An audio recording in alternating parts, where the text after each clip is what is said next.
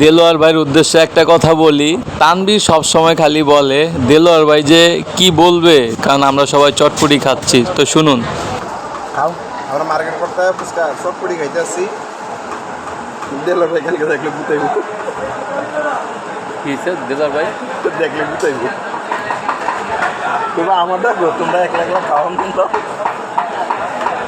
অবশেষে দেলোয়ার ভাইকে এটা মেনশন করা হয়েছে যে আমরা মার্কেট ঈদের শপিং করতে এসে পরে সবাই মিলে চটপটি খেয়েছি, কিন্তু তানভীরের মনটা খুবই খারাপ, কারণ দেলোয়ার ভাই আমাদের কাছে নাই।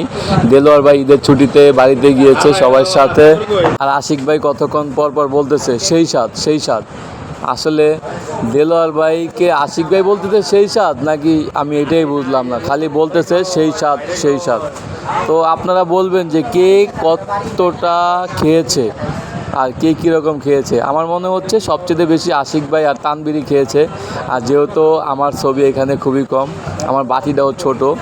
ঠিক আছে, সবাই ভালো থাকবেন, সুস্থ থাকবেন আর আমাদের সাথে থাকবেন। অবশ্যই সামনে আরও সুন্দর সুন্দর ভিডিও আনবো আপনাদের জন্য। সবাই সুস্থ থাকবেন। আল্লাহ হাফেজ।